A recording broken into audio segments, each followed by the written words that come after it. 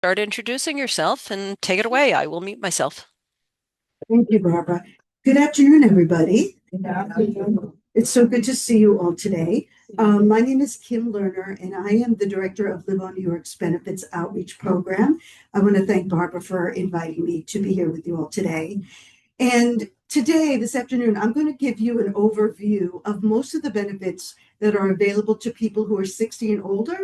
And also, many of them are also available to people who are younger and disabled. So, I'm going to go through what each benefit addresses, the eligibility criteria, and if you have any questions whatsoever, please feel free to raise your hand or we can wait till the end, whatever you feel like doing. And if you're online, you can put it in the chat or you can just unmute and yell at me. Okay. If anybody need any years, I'll give a lending to them. I'm sorry, say again? If anybody is younger than me, I can give you some lending your years. Thank you. Okay, so I just wanted to tell you first a little bit about Live on New York because many of you may not be familiar with us. We are a nonprofit organization, an umbrella organization. RSS is one of our members. And we focus on assisting older adults, really advocating on behalf of older adults and others and our members, really to ensure that when politicians are creating policies, that they think about older adults and how it's going to affect older adults. That's really critical. We also do a lot of work advocating to make sure that there's sufficient funding for all of these programs. So many of our members are older adult centers, case management agencies, home delivered meal providers, and NORCs. So as I said, we do a lot of policy and advocacy. We also have a professional development arm where we offer trainings and workshops to our member staff. And then is our benefits outreach program, which I head. Our benefits outreach program will screen people for all of the benefits I'm going to talk about today and then help them apply. And that's really important because helping them apply includes supporting them throughout the process, because I'm sure some of you know it can be very difficult and things can happen when you're dealing with an agency, a government agency. So we really try to support you throughout the process. All righty. So the reason why we started this program is because we were seeing that so many people 60 and older were not receiving the benefits that they're eligible for. And as you can see, over 200,000 people are eligible for SNAP. We're talking specifically 60 and older, but are not receiving SNAP, the Supplemental Nutrition Assistance Program. And the same holds true for benefits like SCREE, like DREE, the Medicare Savings Program, and Medicaid. They are so under-enrolled. And so the question we have to ask, of course, is why that's happening. And of course, many people are just not familiar with these programs. But the other two problems are a little more difficult to crack, and that is the misconceptions that are among the community, out in the community, the wrong information that people share that prevents people from applying. And then there's also the stigma that still surrounds these benefits. People are still embarrassed about applying for these benefits, especially SNAP and Medicaid. I wanted to go over a couple of misconceptions maybe you've heard and sort of just to address them. The first one we hear a lot of is people really think that if they're receiving benefits, they're taking those benefits away from somebody else. And that is not true. There is sufficient funding, at least for now, for everybody who is eligible for these benefits to receive them. So you're not taking anything away from anybody. The other issue is people think that they cannot own a house or an apartment, they can't have money in the bank and still be eligible for these benefits. And that also is not true. Most of these benefits don't even have a resource test. So they won't even ask for your bank statement. Another thing is people automatically think their income is too high, so they don't even bother being screened for these benefits. And some of these benefits have a higher income threshold. So that's why we always encourage people to at least be screened, because you never know, you may be eligible for one or two benefits. And finally, we hear this a lot as well. People think they're going to only get the lowest amount of SNAP if they apply for SNAP. And most people do not get the lowest. It's somewhere in between the lowest and highest that the majority receive. So I just wanted to mention those misconceptions just in case you've heard them or you just think that they have wrong information. Okay, so let's start with the SNAP, the Supplemental Nutrition Assistance Program. I'm sure you've heard about that. It's been in the news a lot. So it's the largest food program in the United States. And how it works is once you're approved for SNAP, that money is deposited onto an EBT card, electronic benefit transfer card. And you use it just like you use a credit or debit card. You go to the checkout counter, swipe the card, put in your PIN number, and you purchase the food. It's really that easy. And it can be used to purchase most of the food that is available for purchase at supermarkets. You cannot use SNAP to purchase pet food, unfortunately, household products, tobacco, alcohol, vitamins, or medication. And the great thing about SNAP is that it's available, or I should say it's accepted at most of the places that sell food, as you can see. So supermarkets, bodegas, pharmacies, farmers markets, and also online. And a relatively new program, an option, is to use the SNAP card at participating restaurants. So you can use the card now at certain restaurants here in the Bronx. And you will also get a 10% discount if you use that. And that is great for people who are unable to cook. Maybe they don't have a stove, whatever the case may be. This really opens up the options to people. And I also wanted to mention that you can have SNAP, an OTC card, and home delivered meals all at the same time. So you don't have to choose one or the other. The maximum amount of SNAP for one person is $298, and for two people, it's $546.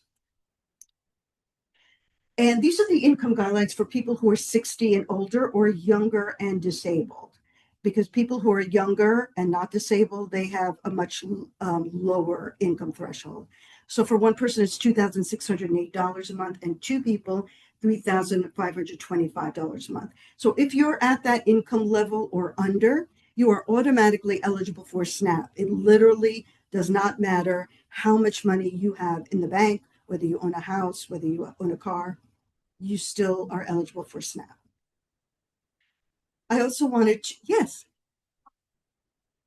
How do you define income? Anything that you receive on a regular, monthly, quarterly. Social Security, definitely. Pension, wages if you're working, that kind of thing. If somebody you know is living with, let's say, another adult, not their spouse, let's say an adult child, both of them can have separate SNAP cases. They don't have to commingle their income and their resources. They can have separate cases. Spouses do need to apply together. So one spouse cannot opt out of applying. It has to be both of them in the application. Now, if you're a little bit over income for SNAP, over the income guidelines, you still may be eligible for some SNAP, some amount of SNAP, but that is the only time you will be asked to provide proof of your resources. That's the only time there's a resource test. And that resource test is $4,500. Again, that's only if you're over income. Let's say your income is $2,700. You may be eligible, especially if you have high living expenses like maintenance or utilities or home insurance. Those kind of expenses can be used as deductions to get you down to the eligibility level. So SNAP eligibility is based on a couple of factors. Immigration status is now a big factor. So you have to be a U.S. citizen or a qualified non-citizen. So that includes legal permanent residents who have been here for at least 5 years or have been a legal permanent resident for 5 years. Cubans, yes, but Haitian entrants no longer, unfortunately, and people who are from Micronesia, Palau, and the Marshall Islands. That's in general it as far as immigrants who are eligible. You also need to be a resident of New York State if you're applying in New York State, again, the monthly income, resources if you're over income, and you should provide all of your housing expenses, utilities, and medical expenses. The more expenses you have, the higher the benefit will be. And applying for SNAP is relatively easy. It's a one-page application, front and back, so it's a simple application. Then there's the supporting documentation, and there is a phone interview that is required, and that is just to confirm all the information that you put in the application. And this is the generally the documentation that's required. And applications are submitted to the Human Resources Administration. You can do it online, mail it, you can fax it, or you can go to the center. Of course, we recommend that if you want to do it yourself, that you do it online because it's a much easier process. Once the application is submitted, a determination will be made within 30 days. If your income is low, you may be able to get expedited SNAP, so they will make a decision much faster. Do you have a question? How long is slow? Low. How low is low? Sorry. It depends on your income and your expenses. So if you have high expenses and your income is low, it's the ratio. Yeah. So this may not be applicable to you, but maybe for somebody you know. I'm sure you've heard that there are now work requirements for SNAP for people who are between 18 and 64 years old. So now people need to show that they're working 80 hours a month or doing other type of qualified activity. There are a lot of exemptions, like if you're disabled, if you're a caregiver. So people who need to comply with this can use exemptions so they don't have to meet the requirements. So I just wanted to mention that. Once you receive SNAP, you need to renew it every 2 or 3 years. And you should report any changes you have. Like if your income decreases, you should report that because you could get a higher amount of SNAP. If your expenses increase, you could get a higher amount of SNAP. So it's always good to report those changes. And I'm sure you've heard about this, the SNAP theft that has been going on really since the pandemic. We just had a client recently who had $1,000 stolen from their SNAP card. So it's still happening, unfortunately. So if that ever happens to you or somebody you know, the first thing to do is, of course, to cancel the card, report it stolen or lost, change your password, your PIN number, get a new card, and hopefully that will take care of that. You do also have the option of freezing the card every time you use it. So that's another security precaution.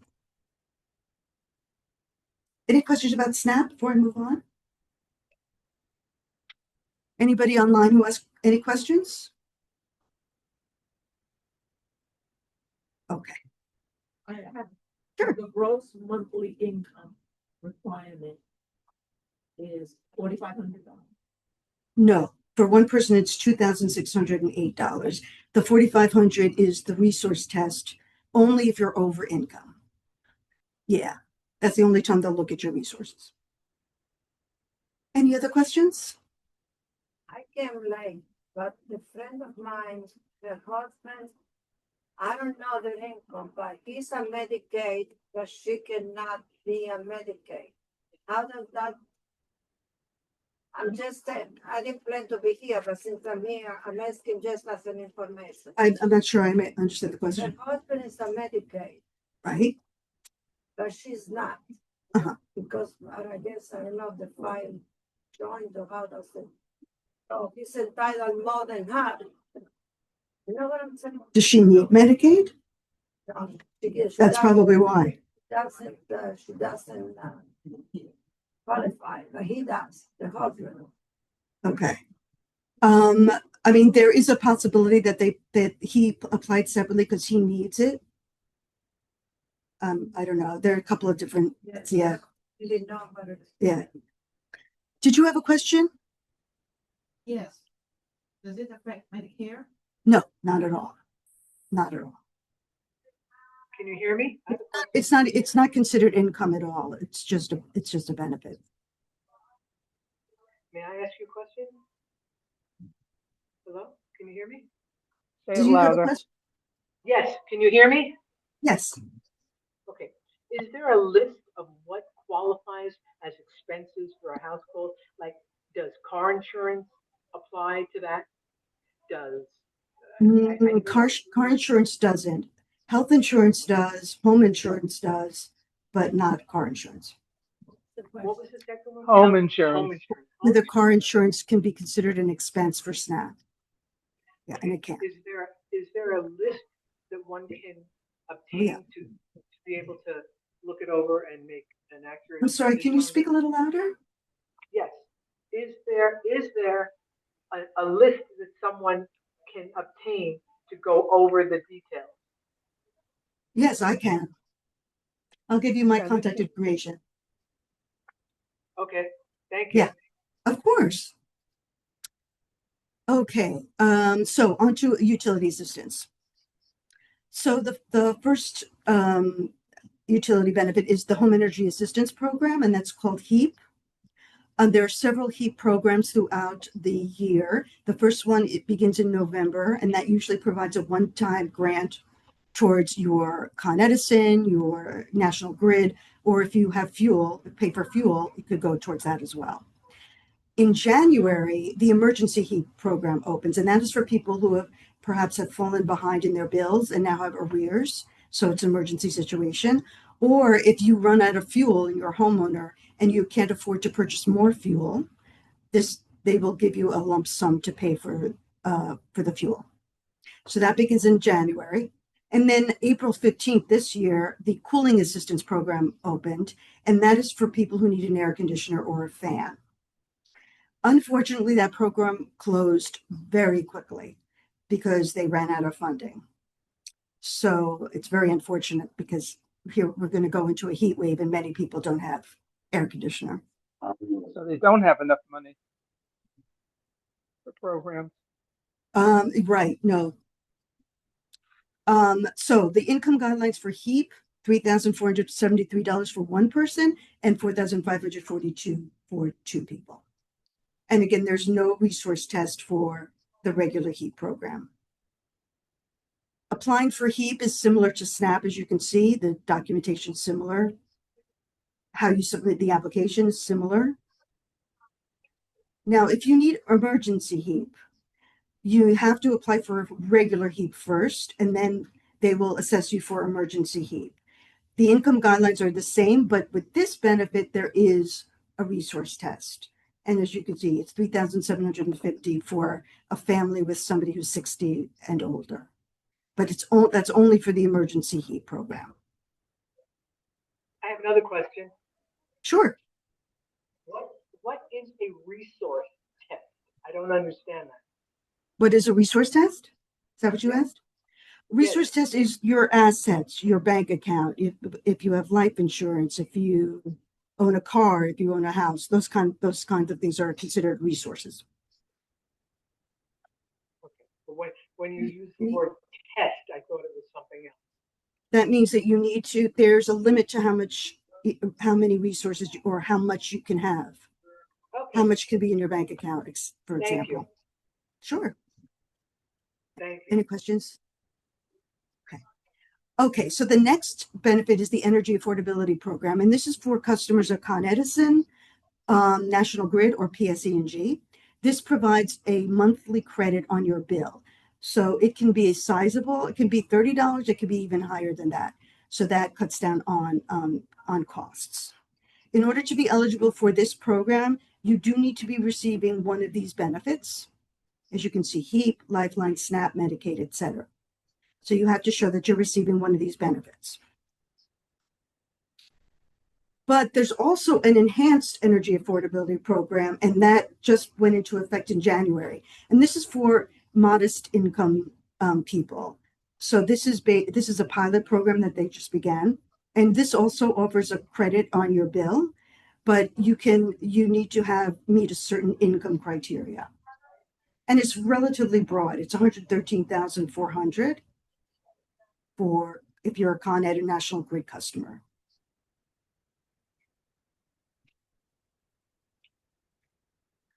The next benefit is Lifeline. I'm sure you've heard of Lifeline. It is a discount phone program that it provides a $9.25 a month phone and on discount on phone and internet costs or bundled services.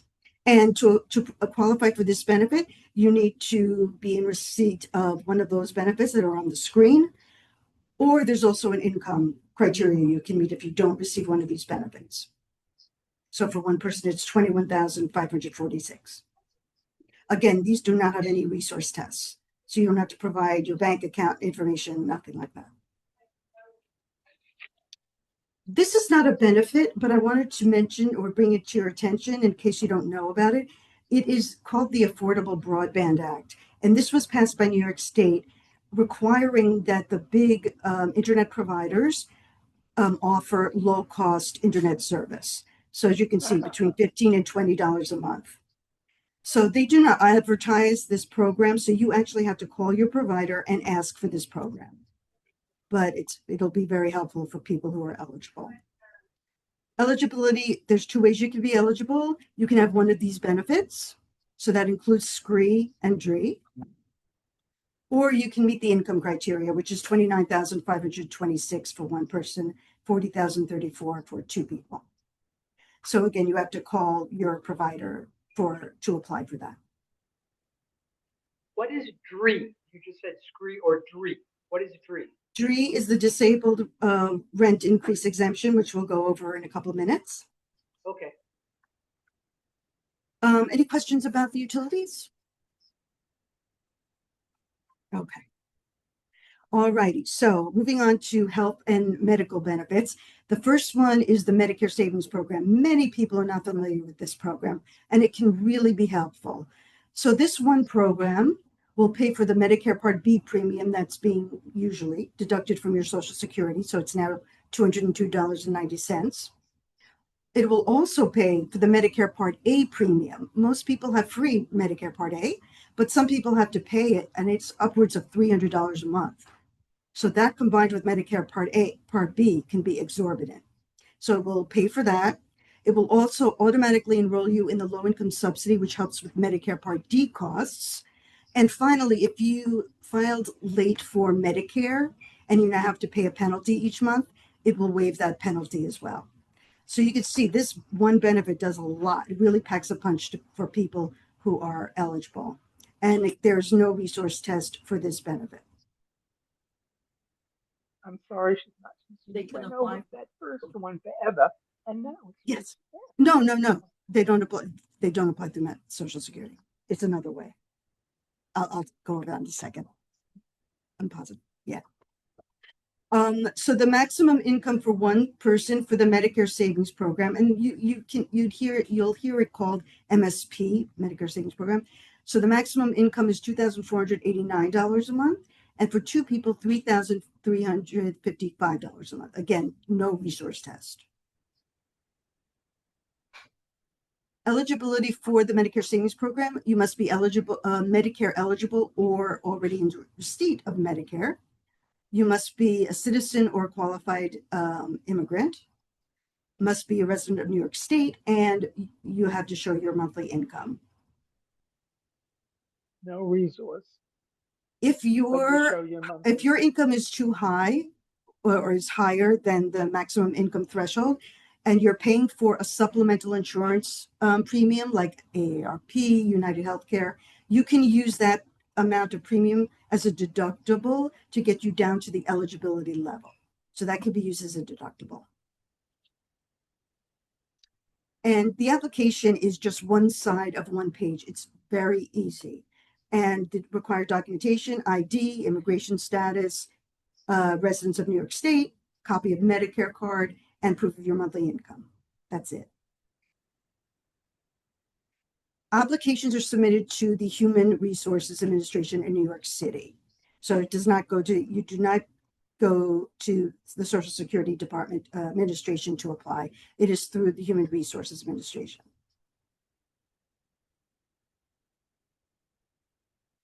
and this probably doesn't affect you, but just in case you know, if somebody lives in a New York City housing building, or they have Section 8, in other words, their rent is based on their income, the amount of their rent is based on their income, having the Medicare Savings Program may increase the rent by a little bit, because having the Medicare Savings Program increases your income by $202, let's say, the Medicare Part B premium. So if your income is increased, your rent will increase as well. Not by the same amount, but it'll increase a little bit. Any questions about MSP, Medicare Savings Program?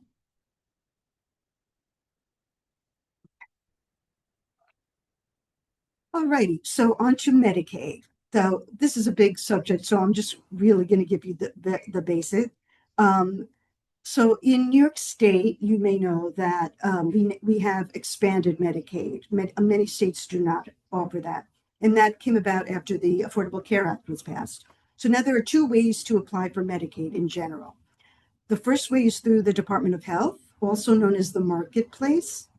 And then there's Human Resources Administration. Just gonna. So if somebody's between 19 and 64 years old, you would apply through the Department of Health or the Marketplace.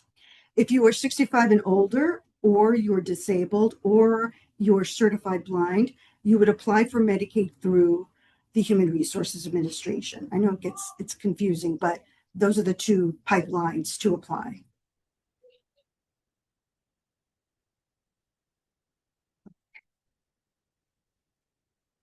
And also, just like I mentioned for SNAP, in 2027, there will be a work requirement for Medicaid recipients if they are between 19 and 64 years old.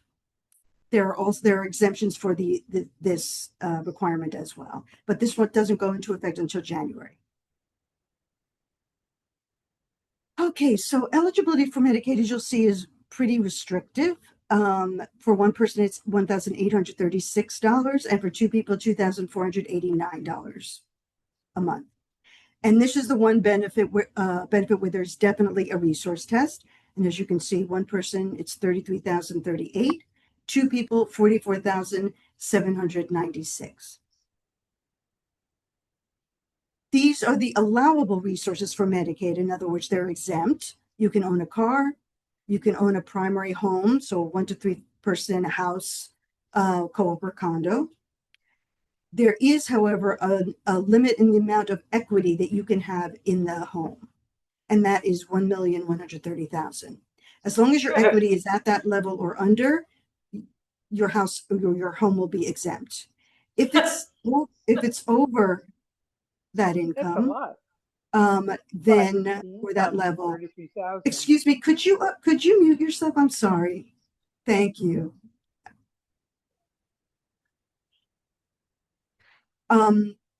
So if you are at that equity limit or over, that is when we really recommend that you talk to an elder attorney, because they have ways of managing houses when it comes, or homes when it comes to Medicaid. So you still may be eligible. It's just that they may have to work around things. So the Medicaid I'm going to speak about is the Medicaid for people who are 65 and older. There's 3 different types of coverage that you can get. Each type of coverage includes outpatient services, dental, vision, and prescription. And the first type of Medicaid is Medicaid without long-term care. So this is basically all non-long-term care outpatient services, inpatient acute care, inpatient psychiatric care, and rehab. The next type is Medicaid community care with long-term coverage. And that is really for people who need home care, for example, want to be in an adult day program. They want to move into an assisted living program. There are some assisted living facilities that do take Medicaid. You need hospice in the community. So very long-term coverage. Yes. Yes. Yes.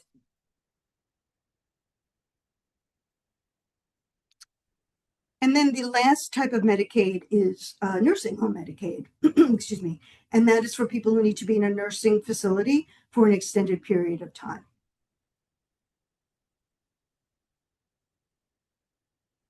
Now, as you saw, the Medicaid threshold, income threshold is relatively low.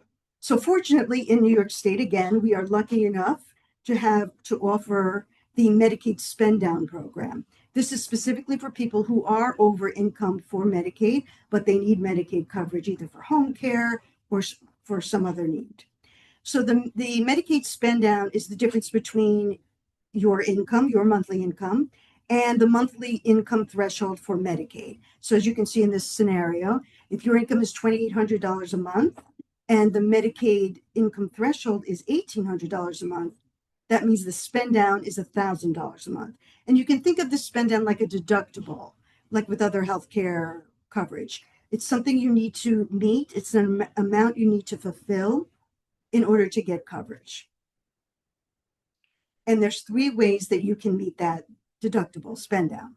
You can pay that spend down to HRA, Human Resources Administration, and nobody wants to do that. The second option is you can provide medical expenses, medical bills, in the amount of the spend down each month that you want Medicaid. So you would, in this scenario, you need to provide $1,000 worth of bills each month. And finally is the pooled income trust, setting up a pooled income trust. Is anybody familiar with the pooled income trust at all? No? Okay.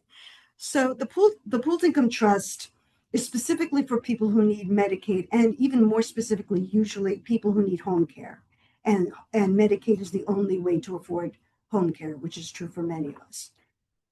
So the pooled income trust is a financial account that is set up by nonprofit organizations in New York State.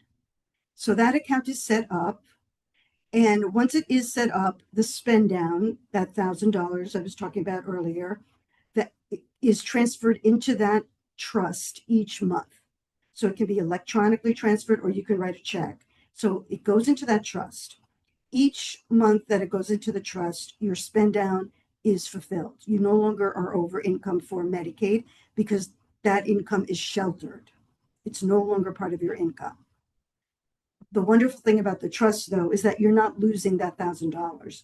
You can use that money in the trust for all of your living expenses: rent, maintenance, utilities, mortgage, car payments, home insurance, clothing, food, most of all of the living expenses. So you're not losing that money. So that is quite the benefit of using the pooled income trust. Now, no, go ahead. Is there an income? No. So you can make way over Mhm. and get a pooled income trust. Mhm. The excess goes into that account You got it. and you qualify for the Medicaid. Okay. Exactly. Is that the community Medicaid? The long-term care usually. Long-term. Yeah. I didn't hear her question. Could you repeat it, please? Sure. I'm sorry. What did you ask? The excess, the income can be much higher. Yes. So she asked whether there's an income limit, and there isn't. So it doesn't matter how much over income you are for Medicaid, you can still use the trust. There is a setup fee for the trust. So and there's also a monthly fee like bank account. So it's always good to do some shopping to see which organization best fits your needs as far as the fee schedule. I will say one thing that is unfortunately a deterrent to some people, and that is that if, God forbid, the person who is the beneficiary of the trust passes away while they have money in the trust, that money cannot go to their beneficiary. It has to go to the nonprofit that's handling the trust. So that often keeps people from applying, from setting up the trust. So that is why we always encourage people to use as much as the income that is in the trust every month, so that you don't have any excess if you pass away. Any questions about the pooled income trust?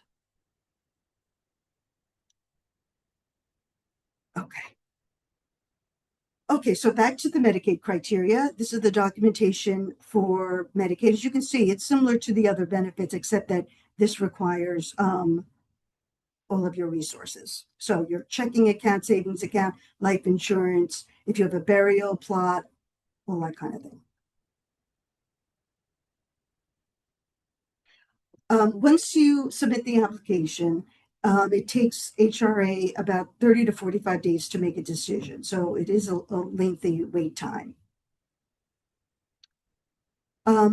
I did want to quickly mention the immediate need for home care process. So I just said that the wait time is up to 45 days. If you or somebody you know fell in the apartment, their home, or they are being discharged from the hospital and they need home care immediately, and they need Medicaid to pay for the home care, there is an expedited process that you can use, and that is called the immediate need for home care. So this decreases the wait time for Medicaid from 45 days to 12 days. So definitely recommend this, and it works very well. This process works really well. So just so you know that this is an option. Any questions about Medicaid before I move on? Let's see any. Okay. Okay, the final medical benefit is EPIC. EPIC is the Elderly Pharmaceutical Insurance Coverage Program, and this provides a supplemental prescription coverage to low and middle income people who have Medicare Part D. One of the criteria is that you have to be 65 or older. You have to be a New York State resident. You have to have Medicare Part D, like I said, and the maximum income for one person is $75,000. So it's relatively broad. For a married couple, it's $100,000, and there are no resource tests. So again, this is for prescriptions. Any questions about that? Yes. If you don't join Part D, the time you retire, there's a penalty if you try to get in later. Now, is that penalty going to be done away with, or is it still in effect? And how much is it each month? I'm not sure how much it is each month. It can't be very much, I wouldn't think, but and I don't know of any. I mean, the low income subsidy. So going back to the Medicare Savings Program that I talked about, I mentioned that if you are automatically eligible for the Medicare Savings Program, you're also eligible for the low income subsidy. That will pay for the Medicare Part D costs. I'm not sure if it will pay for the penalty, but I could find that out. That's a good question. I'm just curious. Yeah. What penalty amount is? It's a percentage, I think, of what the total amount is. But a lot of people aren't told to join Part D when they go down and sign up for Medicare. Yeah. And when they try to get in later on, they're paying this penalty. And also, when you look it up, find out if it's a tax write-off, that penalty. Oh, You can write right. off your taxes. I would doubt it, but I will look at that. I'll find out. Any other questions? I do. Yes. How can we get your email address? Will the Riverdale Senior Services be able to provide that for us so we can reach out to you individually? I'm having a little trouble hearing you. Did you ask for my email address? Yes. I'm going to show it at the end of the presentation You can't hear a question. What was your question? with just what my email address is. Oh. Yeah. Okay, so moving on to housing benefits. And of course, the first ones are SCREE and DREE. I'm sure you've heard of that. Senior Citizen Rent Increase Exemption, Disability Rent Increase Exemption. This is known as the Rent Freeze Program. So I don't know if you guys heard that the Rent Guidelines Board froze the rent for 1 and 2 year leases, which is fantastic. But having SCREE and DREE really makes it more permanent for people. So we encourage people to continue to apply for SCREE and DREE. But so this is the Rent Freeze Program. It freezes the rent for people who live in certain types of apartments. And I'll go over that in a second. Important thing to know is landlords don't lose money if you have SCREE or DREE. They get a tax abatement. And by law, landlords do have to accept scree injury. So eligibility for scree, you have to be 62 and older. For DREE, you have to be in receipt of disability benefits, certain disability benefits, which I'll go over in a second. You have to be the leaseholder or the shareholder, and you have to live in rent stabilized apartment, rent control apartment, some SROs, some hotel units, Mitchell Lamas, HDFC co-ops, and a couple of other type of co-ops. So if you live in a market rent apartment, you're not eligible for scree or DREE. It has to be these particular rent regulated apartments. People who are living in a Section 8 apartment, they're not eligible for scree, just so you know that. Now, currently, the maximum income for scree, now scree is determined by your income for the previous year. So when you apply, you'll have to provide your 2025 income. So currently, it's 50,000 or under. But the good news is that the state passed a law increasing the income guideline to 75,000, which is fantastic. So many more people will now be eligible. That doesn't go effect until probably the fall, but just to keep that on your radar if you know of anybody in that situation. Also, people must show that they are paying more than a third of their income towards the monthly rent or maintenance. And there is no resource test for this benefit. There's no immigration test. You don't even need to have a social security number to apply. So these are the benefits that make you qualified for DREE, SSI, Social Security Disability, VA Disability Pension or Compensation, and USPS Disability Pension or Compensation. So if you receive one of those, you may be eligible for DREE. And these are the income. This is the incomes that are excluded from DREE, so from scree and DREE: cash gifts, inheritance, income tax refunds, IRA rollovers, etc. And of course, you do need to recertify scree usually it's every 1 to 2 years. It depends on where you live, the type of apartment you live in. This. And then quickly, I wanted to go over homeowners benefits. This is the senior citizen homeowners exemption known as SHAHI, disabled homeowners exemption known as DAHI, and veterans homeowners exemption known as VAHI. So this provides a reduction on the amount of property taxes that you pay. You have to be either an older adult, disabled, or a veteran. And it's accomplished by lowering the taxable assessment of your home, and it can be as much as 50%. So as you can see, so the maximum income currently for these benefits is $58,399.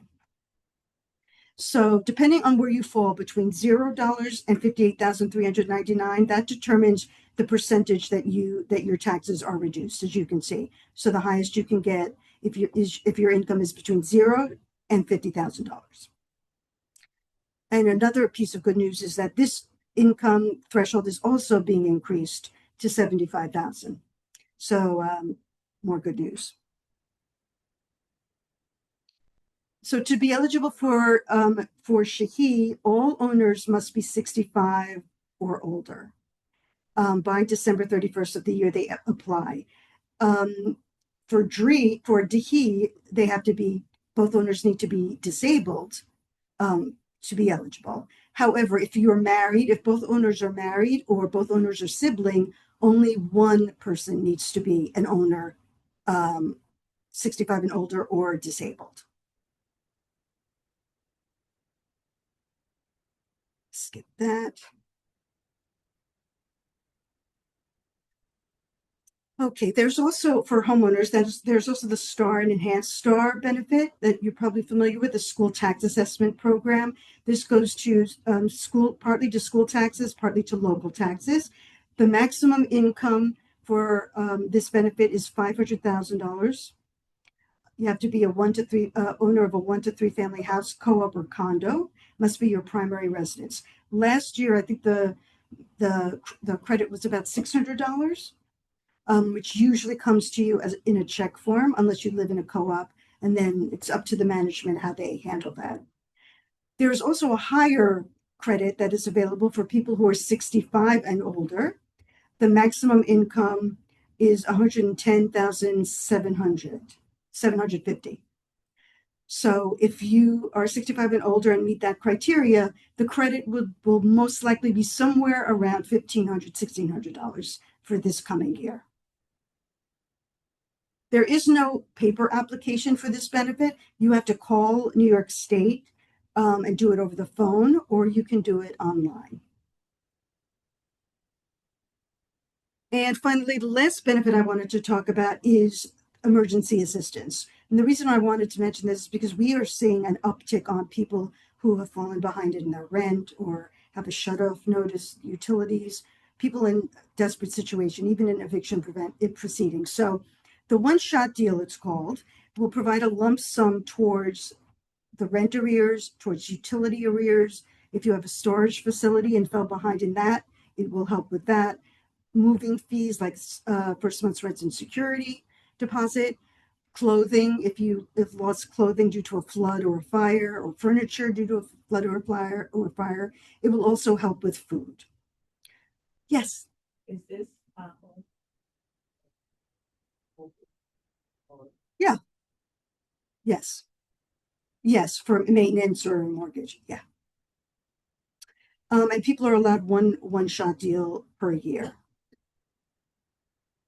The important requirement is that you need to be able to show why you have this need, why you fell behind.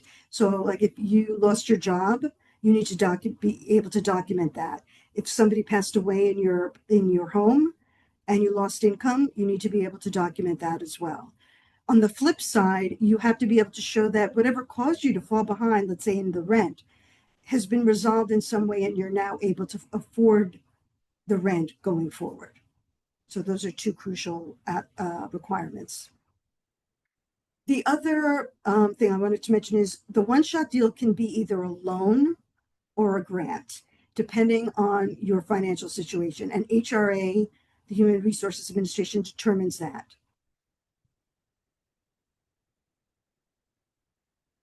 And finally, here's my information. So if you want to be screened for all of these benefits, if you need application assistance, if you have any questions, please feel free to reach out to me at this phone number or email. We can do home visits as well. So if you know of anybody who is homebound, I can schedule a home visit with them to help them apply. Does anybody have any final questions? Yes. How do you apply for SCREE? Should we contact you about that? Yes, absolutely. You can contact me to, we can help you apply for all of these benefits. Okay. I Yes. have a question. I wanted to know, can you help with applying for these? And also, if you are, you don't qualify for some reason, or they don't give it to you, could you I'm do, sorry, 1 second. Can whoever's talking mute themselves, please? Sorry, I can't hear the questions in here. I'm okay, sorry. I'll write it down, because I Yes, they can't. don't know what you're talking What is your about. question? You said something beneficial. I do know that their team that they give it a PD of the money they yeah.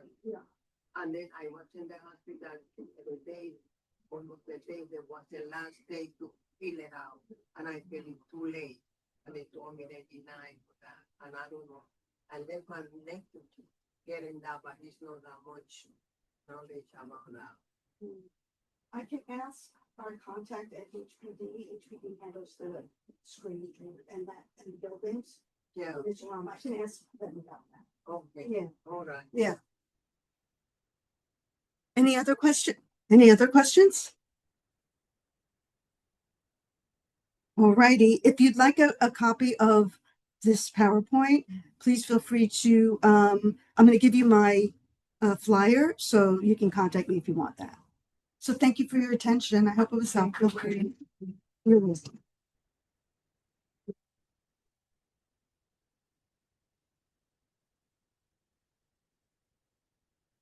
Kim, is it best to contact you via phone or email?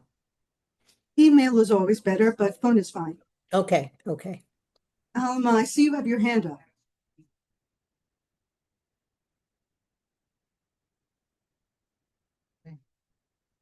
Alma?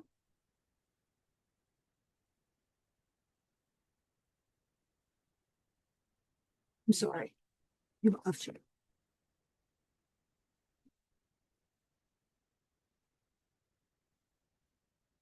Now, can you hear me? Yes. Sorry about that, Kim. I said Okay. recently, Con Ed had sent me a bill online. It was $100 more that I needed to pay. And do you know, I don't know if other of your listeners realize if they can't get into your apartment to read the meter, they charge you extra. So it took me 100 phone calls to make an appointment. They're not coming till the end of July to read my meter. And I'm wondering if you had any experience with that, or will they reimburse my $100, or what's going to happen? Perhaps they'll give you a credit. Yeah, I mean I never heard of that happening, Yeah.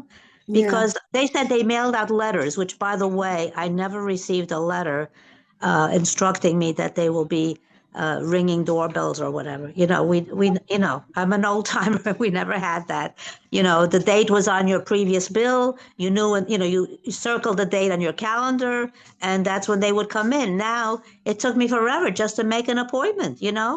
All you get Yeah. is a recording. Push 3, do this, do that, and nobody talks to you anymore. All you get is the machines. Yeah, that's where we are in this world now. Right. So I have to be patient. And when they do finally come in, I am going to tell them that, my Yeah, bill that I was ask them if they'll give overcharged. you a credit. Yeah. Yes, I know that's terrible because I always pay. I don't, I try not to let those things build up. So I was very shocked when you really have to pay attention. Okay. Thank you, Yeah. Kim. Thank You're you. welcome. Very interesting. 2 cards, one for me, one for my friends. Where's flyer? Thank you. You're very Hope to see you again. Thank you. You're welcome. Thank you very Have much. a nice weekend too. Yeah. Thank you very much. You're very welcome. Whoops, sorry. My fault. Thank you. You're welcome.